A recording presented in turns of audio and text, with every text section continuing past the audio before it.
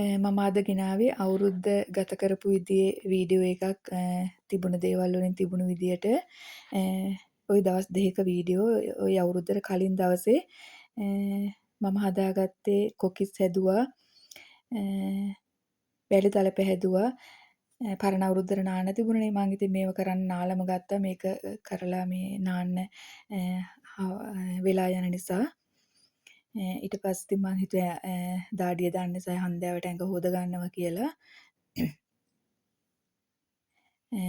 මේ දවස් දෙකේම ඉතින් සෑහෙන වැඩ අපිට නිකන් අර අත් දෙකට මැෂින් එකක් හයි කරා වගේ තමයි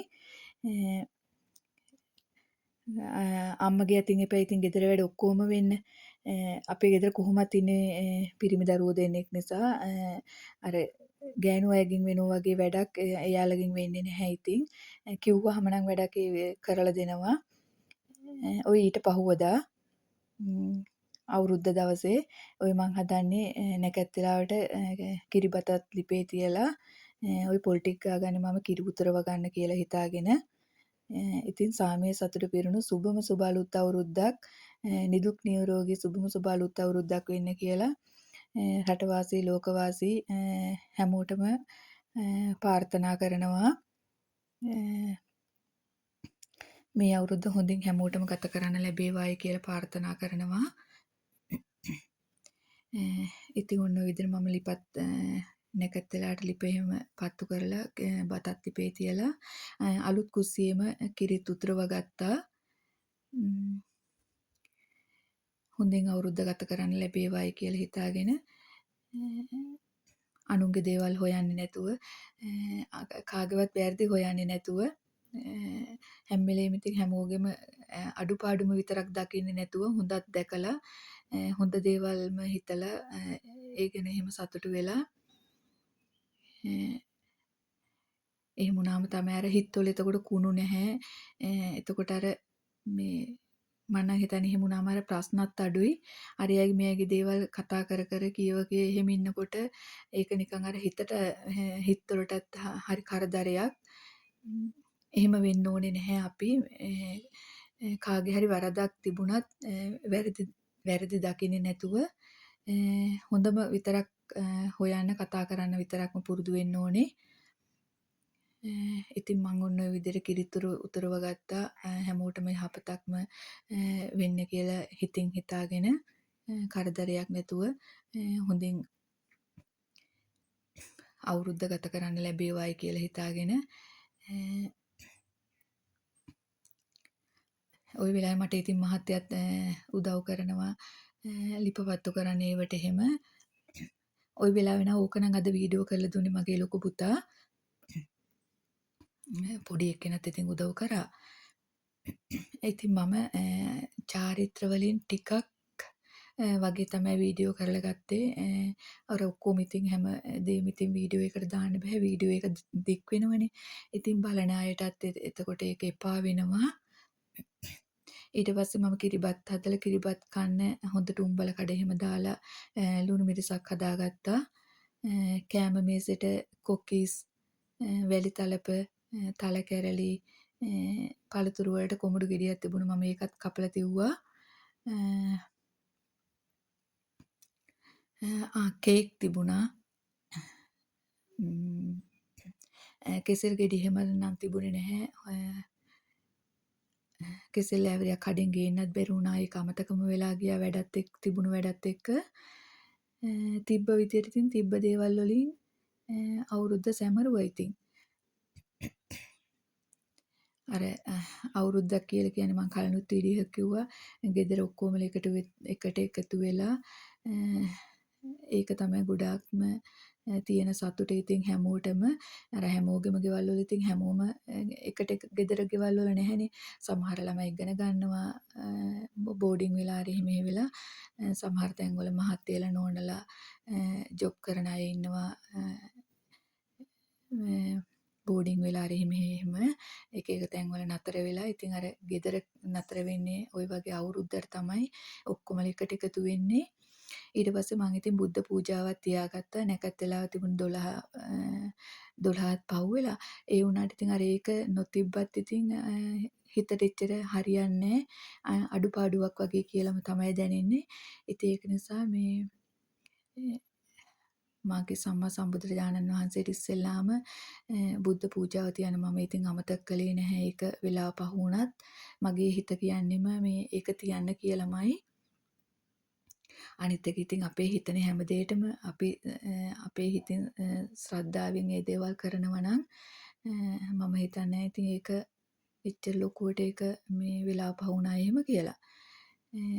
අනිත් එක ඉතින් බුදුන් හැමෝටම බුදුහාමුදුරු හැමෝටම හොඳ දේවල් වලට පිහිට වුණු උත්තමයෙක්නේ. ඒක නිසා මම මේක එහෙම අනේ මන් දන්නේ ඒක වරදක්ද කියලා. ඒක වරදක් නම් මට කවුරු හරි කමෙන්ට් එකක් දාලා කියන්න මං කරේ වරදක්ද කියලා.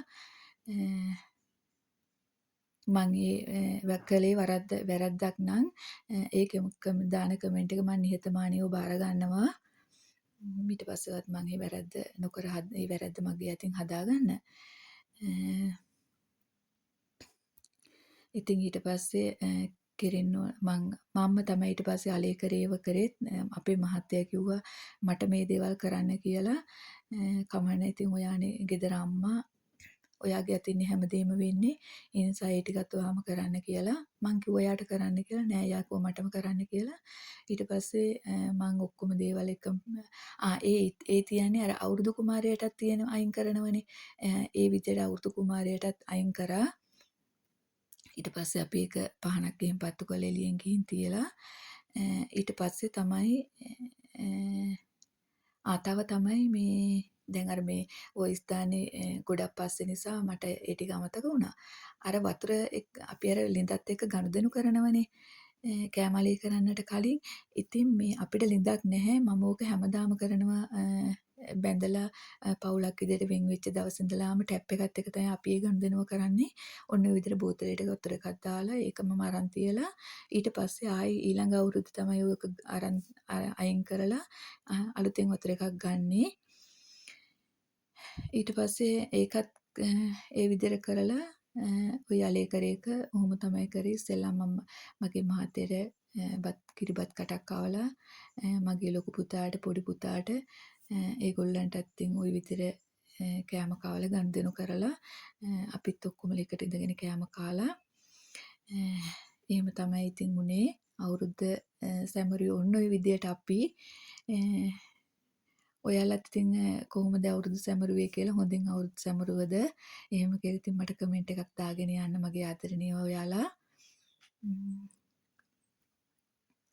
දැන් ඉතින් උනේ මේ දවස්වල වෙනකොට නම් ඉතින් මේ නෑදෑ ගෙවල් වල ඇවිදිනවා. මේ දවස් වෙනකොට නම් මගේ අයියා ඇවිල්ලා ඉන්නේ අපේ ගෙදර. මම මේ වෙලාවේ ඉතින් ඉක්මනටම කැම ටික එහෙම හදලා දීලා මේ වීඩියෝ එක දාගන්න ඕන නිසා උදේ තමයි අදත් මේක වොයිස් කරන්නේ. එයාලට කෑම එහෙම හදලා දීලා මම එයාලව නම් ඉතින් වීඩියෝ කරේ නැහැ. මේ එයාලා කැමති නැහැ වීඩියෝ කරලා එයාලව දානවට. මම ඒ ගැන වීඩියෝ එකක් පස්සේ දාන්නම්. ඔය ඉතින් ගනුදෙනු නම් කරේ අපේ මහත්තයාගේ අතින් තමයි. ඉතින් එයාන ඉතින් මුදල් පරිහරණය කරන්නේ මුදල් උපයන්නේ ඒ දේවල් කරන්නේ. අපි ඉතින් අපේ අතින් ඒ දේවල් වෙන්නේ නැහනේ. අපි ඉතින් මම ඉතින් ජොබ් එකක් කරන්නෙත් නෑ. මම ගෙදර තමයි ඉන්නේ. මගේ පුතාත් ඉතින් එයා ජොබ් එකක් කරන නිසා එයාත් ඉතින් මට ඇඳුමක් ගන්න කියලා මට සල්ලි දුන්නා. මල්ලිටත් ඇඳුමක් ගන්න කියලා සල්ලි දුන්නා. තාත්තටත් එහෙම තමයි. ඔය මේ මම අපේ ගෙවල් ගාව ඉන්න නැන්දගෙනුකට ගෙනාපු රෙද්දක්. ওই සූට් එක නම් මම ගත්තේ මගේ අම්මට.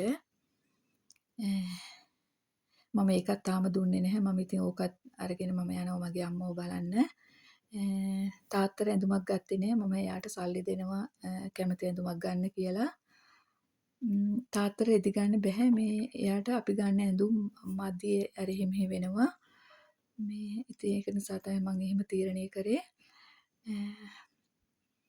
එහෙනම් ඉතින් වීඩියෝ එක ඔන්න ඔය හතු වගයක් ඔය හතු කාලා තියෙනවද දන්නේ නැහැ. ඔය සිංහරාජේ තියෙන ඔය හතු. ඕක බැදුම එහෙම අර මස් කරි දාලා ඒ මස් වගේ වුවහමත් මාරම රසයි. හැබැයි ඒත් ඕක මට නම් කන්න බෑ. මට ඇලර්ජික් වෙනවා. එහෙනම් ඉතින් මම අදට යනවා. හැමෝටම බුදු සරණයි.